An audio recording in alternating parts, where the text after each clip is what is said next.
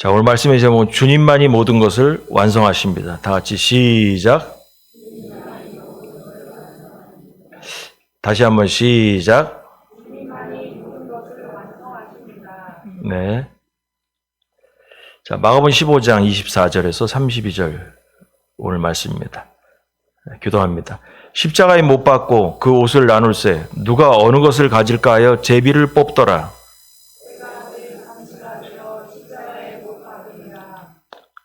그 위에 있는 죄패에 유대인의 왕이라 썼고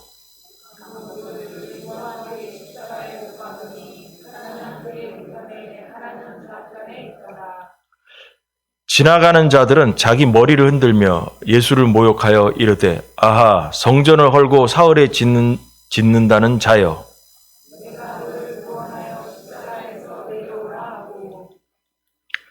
그와 같이 대제사장들도 서기관들과 함께 희롱하며 서로 말하되 그가 남은 구원하였을 때 자기는 구원할 수 없도다.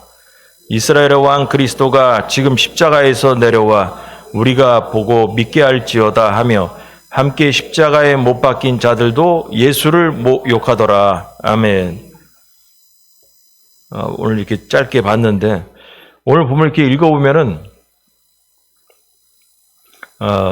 오늘 본문의 내용을 이렇게 잘라서 이렇게 딱 보면 특징이 있는데 특징의 내용은 뭐냐면 우리가 지난주에 그런 얘기 했습니다. 하나님의 나라는 뭐 우리 맨날 또 들었던 것처럼 여기 있다 저기 있다 아니고 그리고 천국이 가까웠느니라 천국이 왔다가 아니라 예수님 등장할 때 가까웠다고 했지 왔다라고 얘기 안 하셨어요. 그래서 예수님이 공생애를 시작할 때 천국이 내가 등장했으니까 천국이 온 거야 라고 천국이 하나님 나라야. 하나님 나라가 시작된 거야 라고 얘기한 게 아니고 가까웠다라고 얘기했죠. 그럼 하나님 나라는 언제부터 시작되느냐? 예수님이 십자가에 달리셨을 때부터 하나님 나라가 시작되는 거예요. 분명히 얘기했습니다. 왜냐하면 하나님의 나라는 뭐예요? 하나님의 통치가 되는 곳이 하나님의 나라예요. 그래서 예를 들 때 이런 얘기 있잖아요. 대한민국은 어디냐? 우리나라 헌법이 통치하는 땅이 대한민국이에요. 그러면 하나님의 나라는 어디냐? 하나님의 법이 통치되는 그것이 하나님의 나라예요.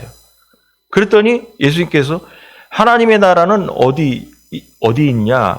물어봤을 때 여기저기가 아니고 여기 있다 저기 있다 아니고 너희 마음속에 있느니라 그랬거든. 그럼 하나님의 나라가 왜 땅이 아니라 왜 우리의 마음이냐? 우리 마음속에 하나님의 법이 우리를 통치하게 될 때 우리의 마음이 하나님의 나라가 됐다라는 거예요. 그러면은 우리의 마음이 통치되는 때가 어느 때냐? 죄인에서 의인으로 바뀌었을 때가 하나님의 나라가 통치가 내 마음에 시작된 거예요. 그게 언제냐? 예수 그리스도께서 우리의 죄를 짊어지고 십자가에서 돌아가실 때 그 돌아가신 나를 위해 죽으신 예수님을 영접할 때 내 마음에 하나님의 나라가 시작되는 거예요. 내 죄가 용서함 받고 깨끗함을 입는 그 순간부터 내 안에는 하나님의 법이 통치하기 시작하는 거예요. 그리고 내 안에 성령님께서 들어오셔서 너의 몸이 성전인 줄 알지 못하느뇨? 그랬거든요. 어떻게 성전이냐?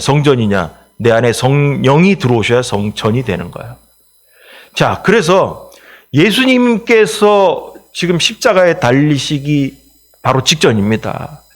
오늘 본문을 보면 이제 십자가에 달리셔서 돌아가시면서부터 하나님의 나라가 문을 열기 시작하는 거예요. 지금 이 순간 문을 열기 시작하는 거예요. 근데 문제는 뭐냐? 하나님의 나라를 여는 이 역사적인 순간에 오늘 본문을 보면 예수님 외에 아무도 없더라는 거예요. 예수님의 제자들도 없어요. 그리고 예수님의 그 수많은 기적을 보고 말씀을 들었던 소위 제가 여러분 설교하면서 항상 얘기했던 무리들, 그 수많은 무리들도 없더라는 거예요.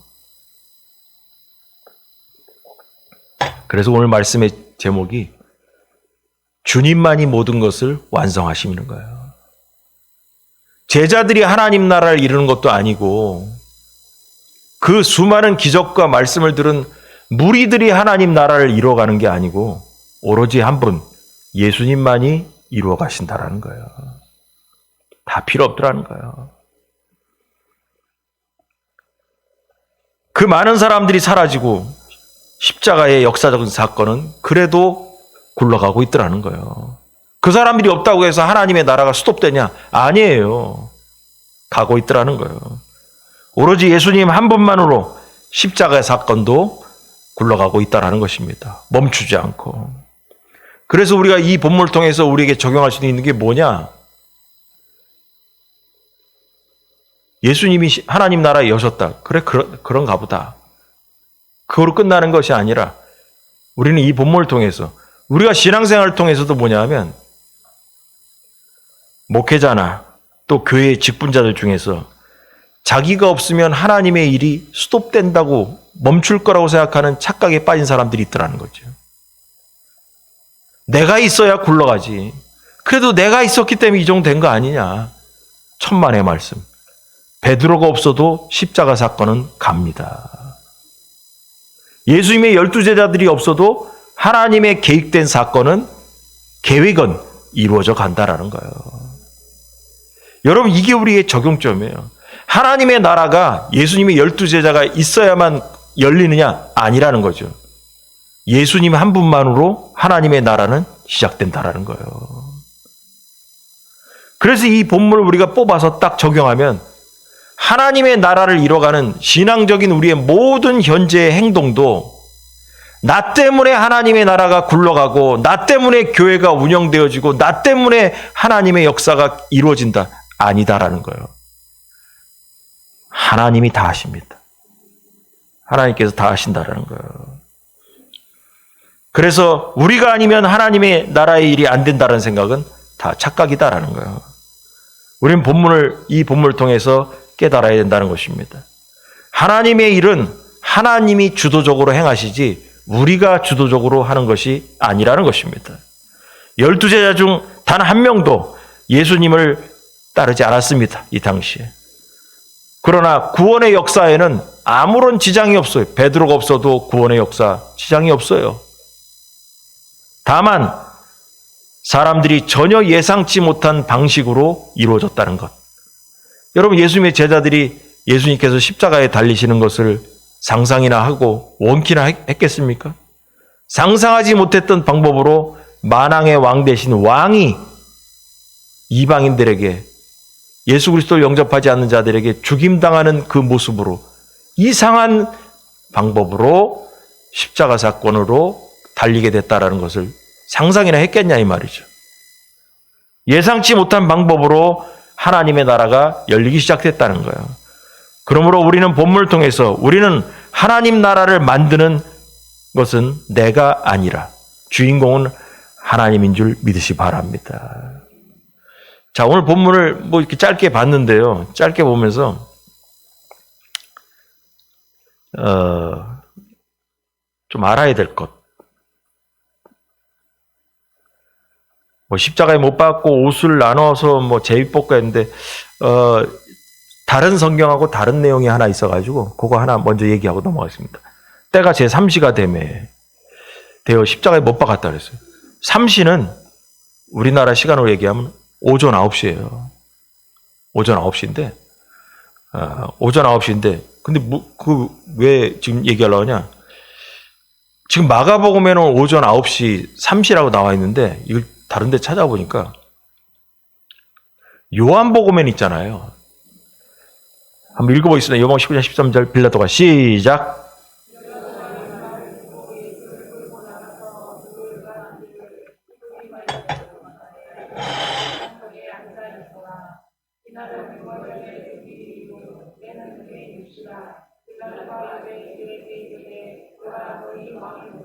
예, 이건 뭔 소리냐? 이게 잘 읽어봐야 됩니다.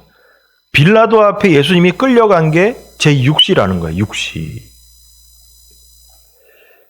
3시하고 6시. 근데 예수님이 달린 건 3시야. 근데 빌라도한테 끌려간 건 6시야. 그럼 이게 말이 안 돼. 왜냐하면 빌라도 앞에 쓴 게 더 늦어. 십자가에서 달린 거는 아침에 달렸는데 더 시간이 가가지고 낮에 예수님이 끌려간 것처럼 됐어. 그럼 어떻게 되냐? 빌라도 앞에 끌려간 것은 예수님이 달리신 제3시보다 앞에 가야지. 왜냐? 밤에 잡혔잖아, 밤에. 그렇잖아요, 밤에. 밤에 잡혔으니까 제3시가 아니라 0시라든지 그 전날 일이라든지 이렇게 돼야 될 거 아니에요. 근데 십자가에 달린 것은 3시인데 빌라도 앞에는 6시래. 이게 뭐가 잘못됐다. 그래서 학자들끼리 이제 제가 맨날 얘기하는 학자들은 성경학자들 얘기하는 거예요. 학자들이 이게 뭔 소리냐 해가지고 연구한 결과 요한복음이 제일 나중에 나왔다 했잖아요. 마가복음이 제일 먼저 나왔어요. 그 다음에 뭐냐면 마태와 누가복음이 나온 거예요. 그 다음에 요한이 제일 늦게 죽었거든. 요한은 자연사였어요. 순교를 안 하고. 그 요한은 살다가 보니까 마태복음도 받고 마가복음도 받고 누가복음도 다 읽어본 다음에 빠진 것만 쓴 게 요한복음이라고 했단 말이에요. 근데 이 똑똑한 요한이 다 보고선 요한복음, 마태, 마가, 누가를 공관복음이라고 그래. 공관. 같은 눈으로 공통적으로 봤다라는. 그래서 마태, 마가, 누가복음에는 중복되는 내용들이 많아. 세 개가. 근데 요한복음은 중복되는 내용이 거의 없어. 왜냐? 요한은 나중에 그냥 말 그대로 늙어서 혼자 병사에서 그 반모섬에서 유배 생활하고 뭐 어쩌다가 죽게 되는데 다 읽어보니까 마태복음, 마가복음, 누가복음을 보니까 빠진 것들이 있어. 빠진 것을 쓴 게 요한복음이야. 그럼 이 사람이 이렇게 다 봤는데 이거를 실수할 수가 있냐?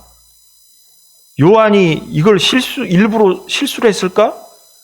예수님 3시에 달리셨는데 빌라도한테 6시에 끌려갔다고 얘기하면 이게 앞뒤가 안 맞는데, 그래서 학자들은 요한이 바보가 아닌 이상 이걸 틀린 것을 쓸 리가 없다. 그래서 결론은 뭐냐? 요한이 나이 들어서 이제 죽게 되었을 때 요한의 머릿속에 무슨 생각을 썼냐? 히브리적 시간과 로마적 시간을 구별했었다라는 거죠. 그러니까 이 제3시라는 것은, 마가가 쓴 제3시라는 것은 유대인적 시간의 개념으로 쓴 것이고, 제6시라고 빌라도 앞에 끌려간 것을 그렇게 알고 때는 로마식의 그 당시의 시간을 갖고 얘기한 거다라는 거죠. 여러분, 우리나라에도 뭐냐면 음력과 양력이 있잖아. 이런 식이라는 거죠. 그래서 혹시라도 해서 여러분들이 뭐 읽어보면서 비교할 이것이 뭐지라고 생각할 거라고는 안 들지만, 혹시라도 여러분들이 보다가 이거 3시하고 6시 이게 뭐냐? 왜 이렇게 틀리지? 이렇게 이해하시면 됩니다. 저는 그래서 결론 내립니다. 별로 중요하지 않은 내용이다. 3시가 될 수도 있고 6시가 돼 있고 뭐 별로 중요하지 않은 얘기인데, 또 별로 중요하다고 안 해도 중요하다고 생각할 사람이 있을 것 같아서 그냥 얘기했습니다. 자, 그러면 이제부터 본격적으로 말씀, 뭘 우리가 배울 수 있을까? 1번, 혼자 왕위에 오르셨습니다. 다 같이 시작. 예, 예수님은 좀 전에 얘기처럼, 서론 얘기처럼 오늘 이 십자가 사건을 통해서 하나님 나라의 문을 열었습니다. 십자가에 달리심으로. 통치자이신 예수님께서 십자가에 달리심으로써 왕으로 등장하는 사건이 바로 십자가 사건이에요. 예수님의 제자들은 예수님이 왕궁에 들어가서 보좌에 앉아가지고 내가 하나님의 아들이다, 내가 왕이다, 이렇게 될 줄 알았어요. 그래서 예루살렘에 입성할 때도 호산나 부르고 뭐 난리를 하고 막 그랬던 거예요. 뭐 멋지게 하나님의 아들이라고 선포식을 하는 줄 알았지. 우리나라 말로 얘기하면 청와대라도 들어가가지고 내가 왕이다 이럴 줄 알았지. 그런데 예수님은 십자가에서 죽으시면서 내가 왕이다가 된 거예요. 그래서 일반 사람들이 생각하지 못했던 방법으로 예수님은 왕으로 등극하셨다라는 것입니다. 근데 이상하게도 그 당시 예수님을 인정하지 않는 자들이 예수님을 이스라엘의 왕 그리스도라는 말로 물론 조롱했죠. 그렇게 얘기하고 십자가에 달리실 때 머리에 편말에도 자칭 자칭 유대의 왕이라고 이 편말까지 붙이고선 돌아가셨다는 거예요. 그러니까 사람들이 생각하지 못하는 방법으로 뭐 멋지게 왕으로 오신 게 아니라 조롱당했지만 편말까지 달고 유대인의 왕이다라는 편말까지 달고 가셨다라는 거예요.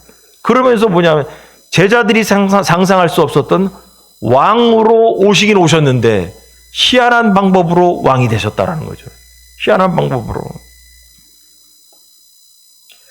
결국 예수님은 제자들이 전혀 예상하지 못하는 방법으로 왕자에 오르신 것입니다. 그래서 구약 성경에 예언되어 있는 상태 상황적으로 메시아의 면모를 드러내신 것인데 이제부터 이제 오늘 32절까지 봤는데 다음 주에는 이제 계속 예수님께서 십자가에 달리셔가지고 뭐 아버지여 나를 왜 버리시나이까 그리고 뭐 다 이루었다 그런 얘기들이 이제 쭉 이제 갈 겁니다. 그런 얘기들이 시편 속에 나와서 지난주에도 그런 얘기 했습니다. 시편 22편에 제가 읽어드리면 그들이 나를 주목하여 보고 내 겉옷을 나누며 속옷을 제비 뽑나이다. 그것이 다 이루어지면서 지금 가고 있습니다. 그래서 예수님은 이 버려진 의인의 모습을 그대로 드러내고 있다라는 거예요. 또한 구약의 예언대로 왕으로서 가고 있습니다. 근데 또 주변에 아무도 없다라는 얘기를 하게 되는 이유가 뭐냐면 왕으로 세워졌을 때 십자가에 세워졌을 때 이게 왕으로 세워진 거예요. 십자가에 세워졌을 때 여러분 왕이라면 양쪽에 있잖아요. 신하가 있어야 돼. 근데 강도가 두 사람이 있는 거예요. 이게 보기는 안 좋은 강도가 신하로 서 있는 거예요. 근데 여러분 이 양쪽에 이 신하의 자리에 두 강도가 들어섰지만 원래 거기에 들어가서 앉아야 될 사람들이 있어요. 바로 누구냐 하면 야고보와 요한이 그 자리에 들어가야 됩니다. 왕 대신 예수 그리스도 옆에 그 자리를 자기들이 차지했어야 돼요. 자, 자기들이 떠들었어요. 마가복음 10장 35절에서 37절까지 다 같이 시작.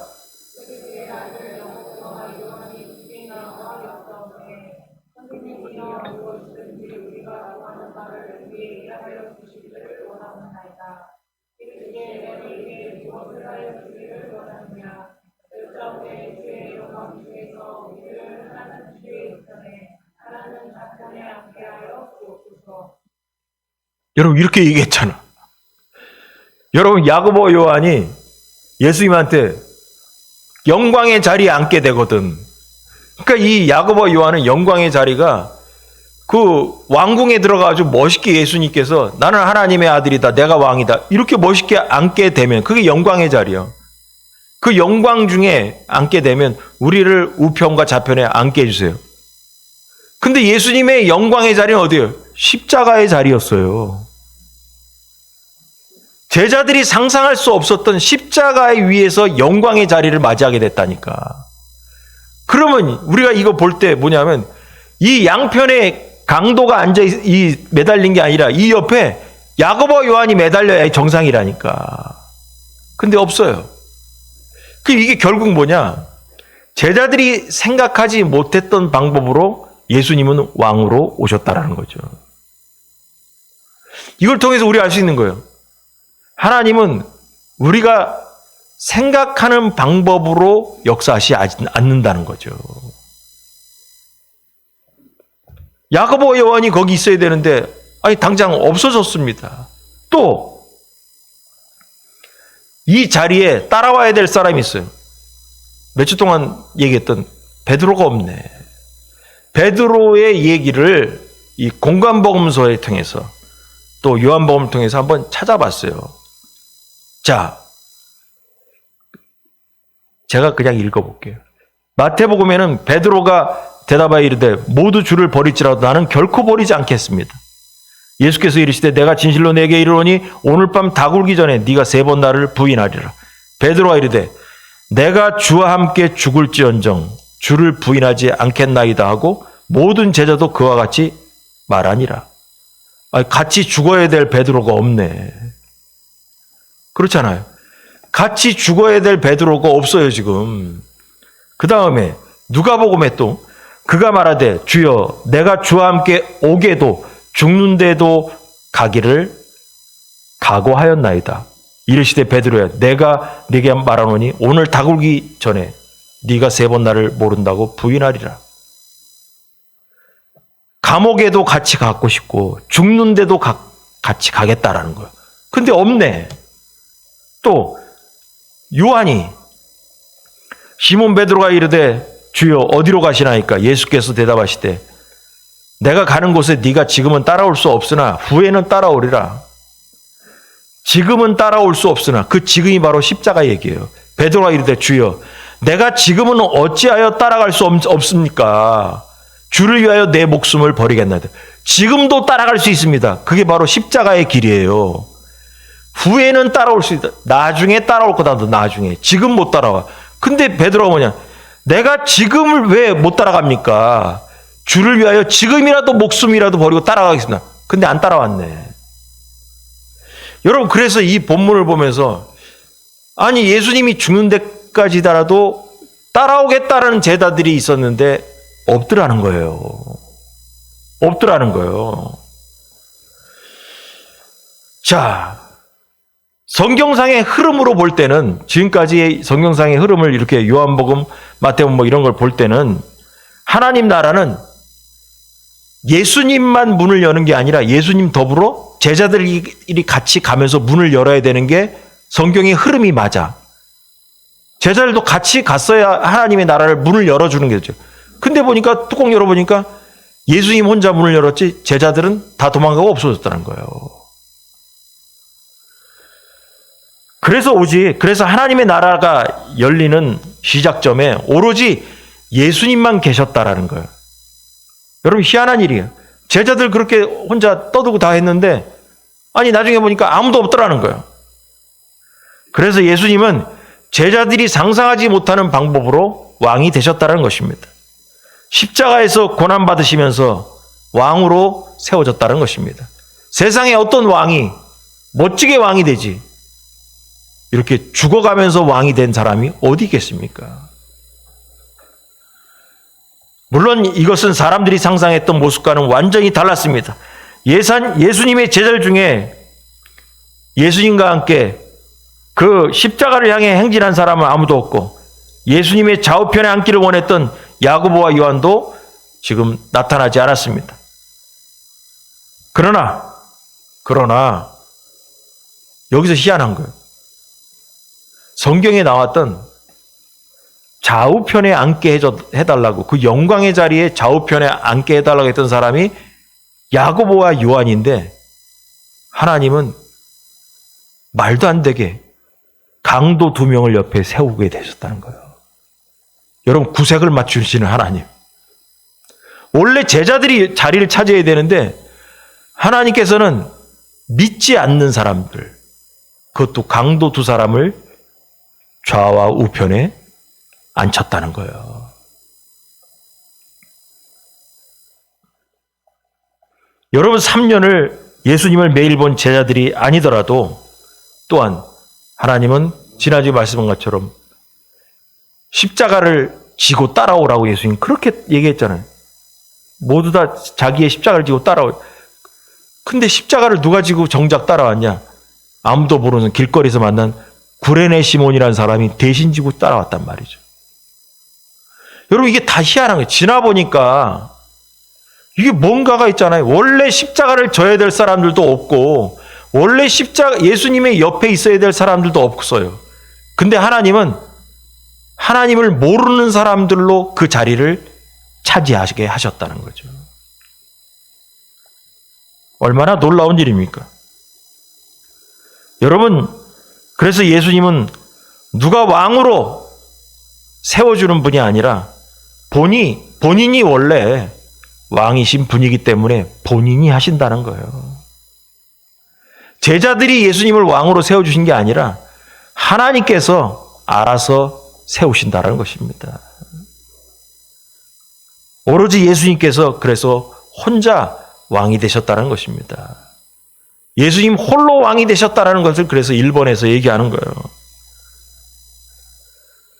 그래서 여러분, 하나님 나라의 통치자이신 예수님은 누구의 도움으로 왕이 되신 것이 아니라 오로지 예수님 혼자만의 힘으로 왕으로 나타나신 것입니다. 그러면서 여러분, 온 우주의 통치자이신 예수님을 찬양하시기 바랍니다. 그래서 예수님께서 설교 시간에 자주 얘기했습니다. 주권 얘기해요. 주권. 주권. 주인 주자예요. 예수님이 온 세상에, 온 우주의 주인이시다라는 거예요. 이것을 인정하라는 거예요. 주인 대신 예수님이 알아서 하십니다. 그래서 온 우주의 통치자이신 예수님을 찬양해야 된다는 겁니다. 자, 두 번째로. 혼자 하나님의 나라를 열었습니다. 다 같이 시작. 다시 한번 시작. 하나님의 나라에 대한 뭐냐 이 얘기는 초반에 다 얘기했습니다. 다 얘기했는데 여러분 그 조롱당하는 예수님을 잠깐 얘기를 하자면 본문에 보니까 조롱당한 예수님을 잠깐 이렇게 몇 가지를 얘기하자면 뭐 예수님 옷 가지고 누가 나눠 가질래 제비 뽑았다 뭐 어쩌고 했습니다. 그래서 제가 몇 번 얘기했죠. 로마 시대 때 십자가 처형은 옷을 입고 당하는 처형이 아니라 다 벗고 매달린 거라니까. 그래서 예수님이 여러분 이걸 잘 알아야 돼요. 하나님의 아들이 말 그대로 빤스도 없이 그냥 매달려 가셨다니까. 여러분 왕으로서 우리 지지난주 언제 배웠죠?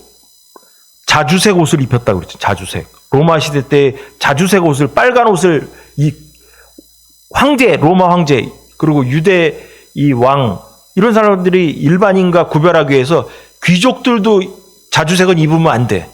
왕족만 입는 거야. 왕만. 그런데 이 로마 군인들이 예수님을 자주색 옷을 입혔다가 벗겼다가 막 그랬다고 나왔잖아요. 지난번에 배울 때.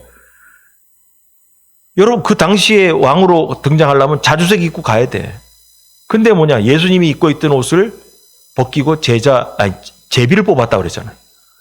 그래서 결론은 뭐냐 학자들도 얘기가 있는 거예요. 예수님은 다 벗고 가셨다는 거예요. 상상이나 해보라니까. 33살 정도 되는 젊은 청년이 빤스도 없이 나무에 매달려가지고 그거 갔다니까. 무슨 성화에 보면 무슨 두루마리 같은 거 하나 걸치고 있는데 그거 아니라니까. 그렇다고 그림 그릴 때 또 예수님이 아랫도리 다 나오게 할 수는 없고 그러니까 할 수 없이 그냥 영화 같은 데도 뭐 이렇게 뭐 두루두루 걸치고 나왔지만 아니라는 거예요. 다 벗고 가셨다니까. 여러분 그 다음에 뭐냐면 그럼 십자가에서 왜 벗겨서 사람을 죽이냐? 망신 주려고. 그 다음에 겁을 주려고. 그리고 지난번에 얘기했죠. 십자가 처형은 로마 시대 때 정치범에게 주는 거다. 정치범이 무슨 얘기냐? 로마가 다른 나라를 다스리고 있는 식민 지배 계층이었기 때문에 로마에게 대항하는 정치꾼들, 독립운동하는 애들 그거 잡아다가 다 벗겨가지고 십자가에서 죽이는 거예요. 그럼 십자가에서 죽일 때 뭐 여기다가 제가 이제 좀 공부해서 찾아보니까 못이 10cm 정도 된대요. 11cm. 여기다 박냐 아니고 여기 박으면 있잖아요. 찢어져. 여기다 박습니다. 여기다 박습니다. 그리고 뭐냐면 다리는 발목은 이렇게 폭에서 여기다 박습니다. 이렇게 두 다리에 하나씩 박는 게 아니고 두 개를 한꺼번에 박습니다. 그럼 박으면 그 나무에서 무슨 힘이 있다고 떨어져요. 그래서 뭐냐면 십자가 밑에 여기 이렇게 나무가 있으면 여기에 발판을 만들어 발판. 발로 밟고 설 수 있는 거예요. 그 위에다가 못으로 박는 거예요. 그러면서 이제 힘이 없어지면 어떻게 됐어요? 사람이 죽 쳐져가지고 그냥 앞으로 그냥 죽 쳐져 죽는 거예요. 그러면 십자가 처형에서 요구하는 얘네들의 목적은 뭐냐? 왜 여기다 매달냐? 오래 달리게 해서, 빨리 죽지 않게 오래 달리게 해서 피가 점점점 조금씩 흘러나오게 해가지고 피를 다 쏟아서 죽게 하는 방법이 십자가 처형이에요. 그래서 고통 중에서 죽이게 하는 방법, 십자가라는 거예요. 아셨죠? 이게 십자가 처형이에요. 근데 여기서 오늘 본문을 보니까 여기 제가 노란 글씨로 해놨어요. 한번 읽어보겠습니다. 지나가는 자들, 시작.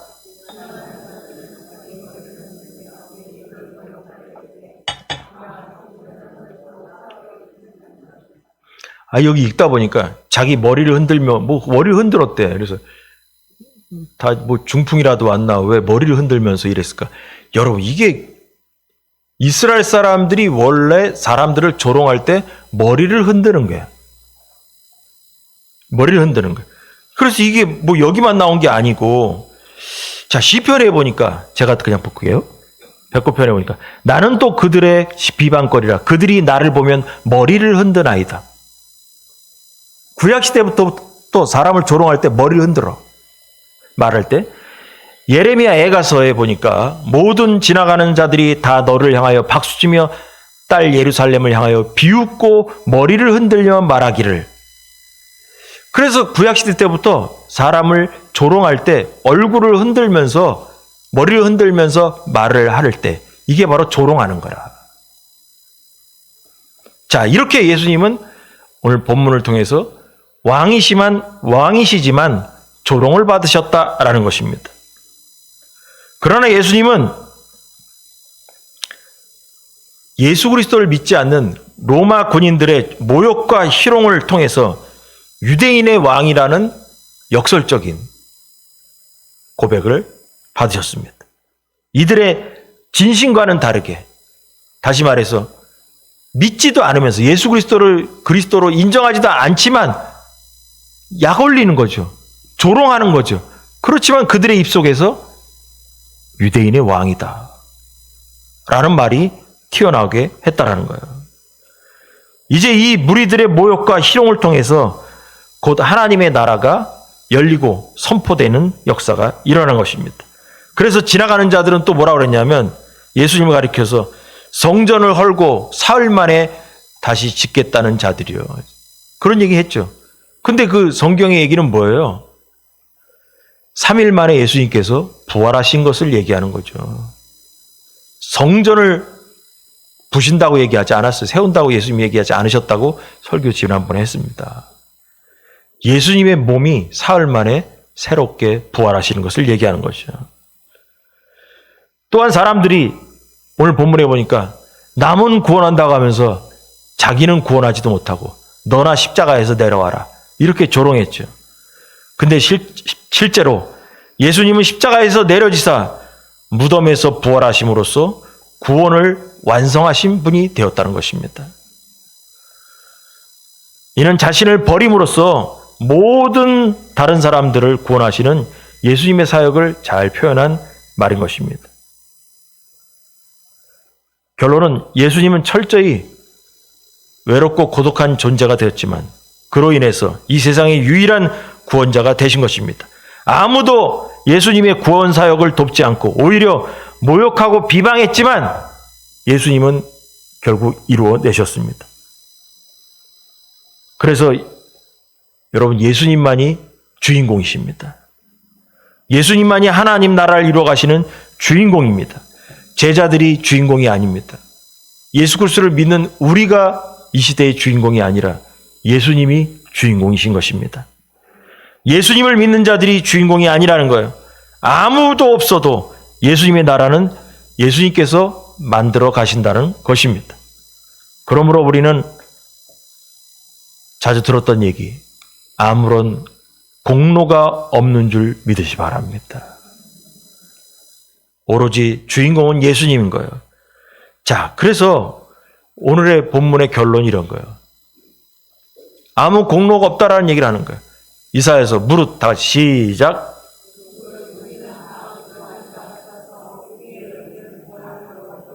됐습니다. 거기까지.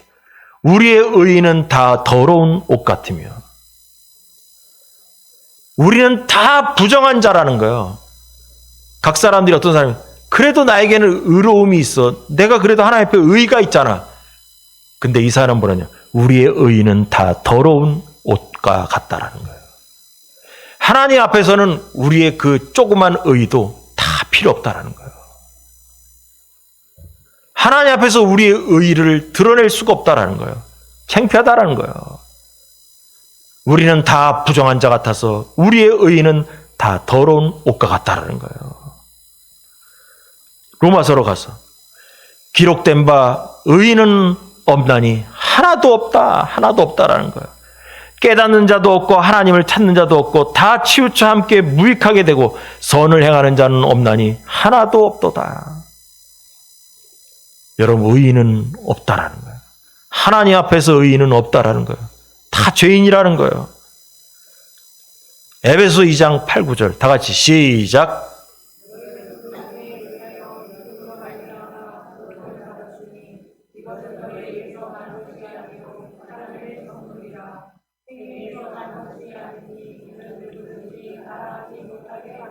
아멘. 너희는 그 은혜에 의하여 믿음으로 말미암아 구원을 받았다. 은혜.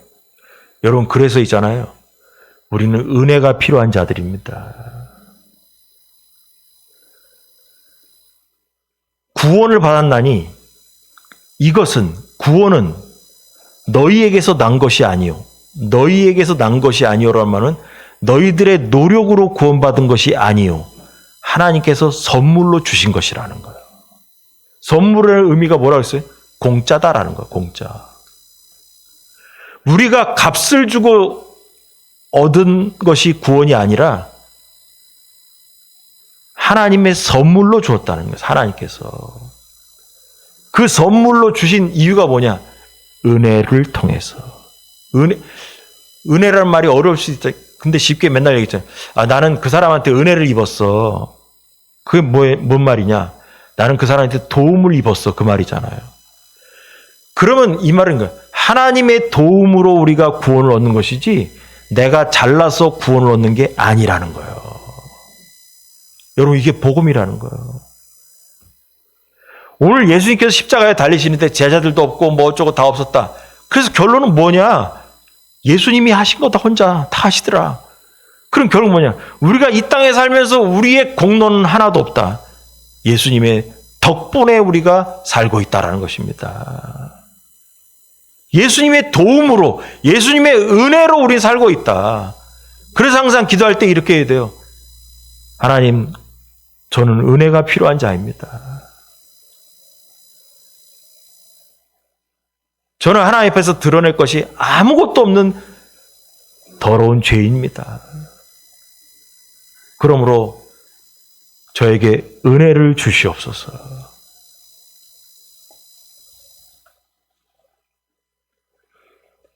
그래서 9절에 보니까 행위에서 난 것이 아니니 이는 누구든지 자랑하지 못하게 할미라. 여러분, 나 때문에 된 것은 아무것도 없습니다. 자랑하지 말라는 거예요. 오로지 주님께서 하신 것입니다.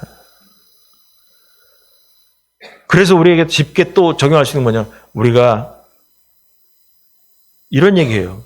신앙생활하면서 교회를 위해서 내가 이런 것도 섬기고 내가 이렇게 섬긴다고. 여러분, 그것도 착각입니다. 내가 교회를 섬기기에 교회가 돌아가는 것이 아니라 주님이 운영하시는 겁니다. 주님이 다 하시는 겁니다. 우리는 그저 도구로 쓰임받을 수 있다면 감사할 따름인 것입니다. 나를 선택하셔가지고 일꾼이라도 삼아주신 것을 감사하시기 바랍니다. 예수님께서 홀로 고난을 당하시고 홀로 모든 인간의 죄값을 치르셨고 홀로 영광을 받으시기에 합당하시다라는 거예요. 다 다 예수님이 하신다는 거예요. 여러분, 그래서 우리의 헌신과 섬김이 뭐에 비교할 수 있냐? 지나가다가 얻어 걸린 구레네 시몬과 같은 인생이라는 걸 깨달아야 됩니다. 그냥 못 모르고 지나가다가 야, 너 와서 이거 십자가 좀 쳐. 그 인생인 거예요. 우리도 모르고 예수 그리스도를 모르고 살다가 예수님께서 우리를 부르셔가지고 교회 와서 섬기게 된 줄 믿으시 바랍니다. 여러분 야, 너 와서 이렇게 해. 여러분 선택당한 거예요. 은혜를 입은 거예요. 그래서 우리는 뭐냐? 나를 뽑아주신 것만 해도 감사하다는 거예요. 여러분 주님을 찬양하시 바랍니다. 할렐루야. 기도하겠습니다.